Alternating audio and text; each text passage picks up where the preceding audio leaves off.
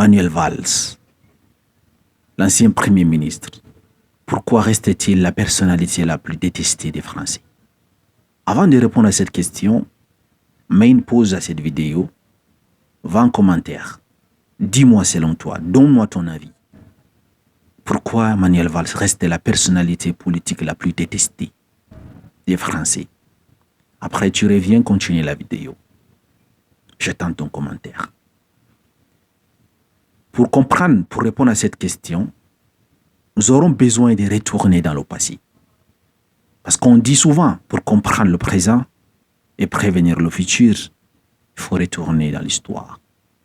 Manuel Valls, de 82 jusqu'en 2017, faisait partie du Parti socialiste. Il a servi comme Premier ministre dans le gouvernement de François Hollande. Les problèmes ont commencé lorsqu'il est devenu Premier ministre. Les causes qui font en sorte qu'il soit la personnalité politique la plus détestée de France part lorsqu'il était à Matignon. Qu'est-ce qui s'est passé? Manuel Valls a forcé la loi de travail 49/3. Cette loi a fait souffrir la population française. À cause de cette loi, la population française ne lui ont jamais pardonné. Le rancœur est né à partir de ce moment. Manuel Valls, il ne s'est pas arrêté seulement au niveau de la loi de travail. Il a continué vers la fin du quinquennat. À cause de lui, le chômage est monté. La vie est devenue dure et chère. Il a signé quelque chose, la loi portant sur, n'est-ce pas, la déchéance de la nationalité. Ces choses-là ont créé la frustration au niveau de la population. Et ça lui a coûté, n'est-ce pas, le désamour du peuple français. Ça, c'était les raisons. Mais il y a aussi d'autres raisons. Après sa démission du gouvernement, en fin décembre 2016, pour se concentrer sur l'élection présidentielle, parce qu'il avait un but. Lui, il voulait devenir président de la République. Et si vous comprenez, dans son jeu, il doit se servir, il doit faire tout son possible pour devenir président de la République. Même s'il devrait, n'est-ce pas, marcher sur ses principes. Et c'est ce qui arrive. Pour gagner, n'est-ce pas, le cœur de la population, sachant que la loi 49/3 faisait du tort au peuple, il était candidat à l'élection présidentielle. Il a cru que, n'est-ce pas, en voulant soudoyer la population, en les promettant une fois élu, il devrait supprimer cette loi. Il devrait, n'est-ce pas, apaiser le cœur et faire oublier au peuple ce qui s'est passé. Mais malheureusement, le peuple a compris que cet homme, ce ministre, cet homme d'État a été une personne sans honneur. Une personne qui ne respectait pas ses lois, une personne qui était prête à tout pour arriver à ses buts, même si c'est se servir, n'est-ce pas, de ses semblables. Et c'est là aussi, il a vraiment valu qu'il soit détesté par le peuple français.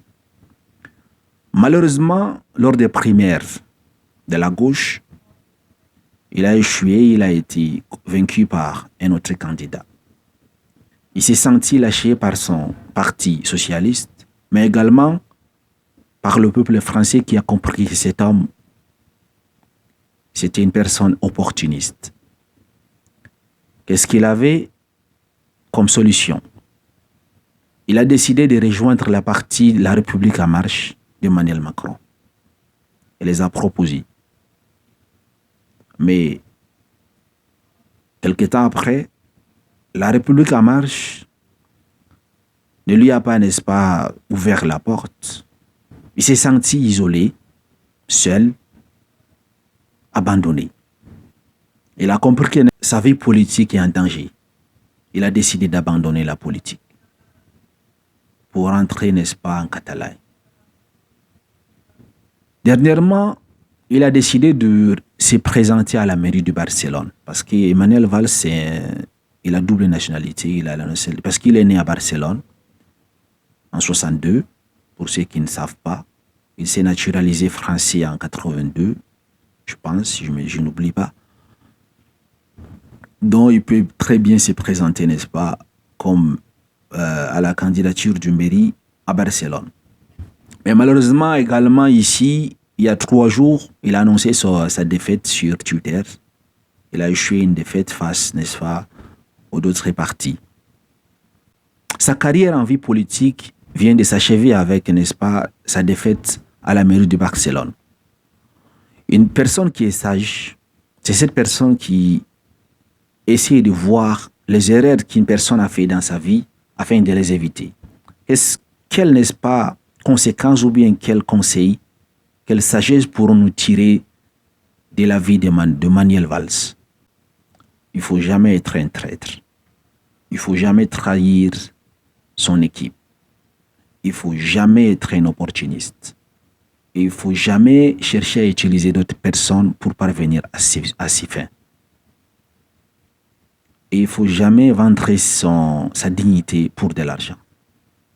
Voilà les 5 conseils. Voilà les 5 conséquences qu'on peut tirer, n'est-ce pas, de cette situation de Manuel Valls.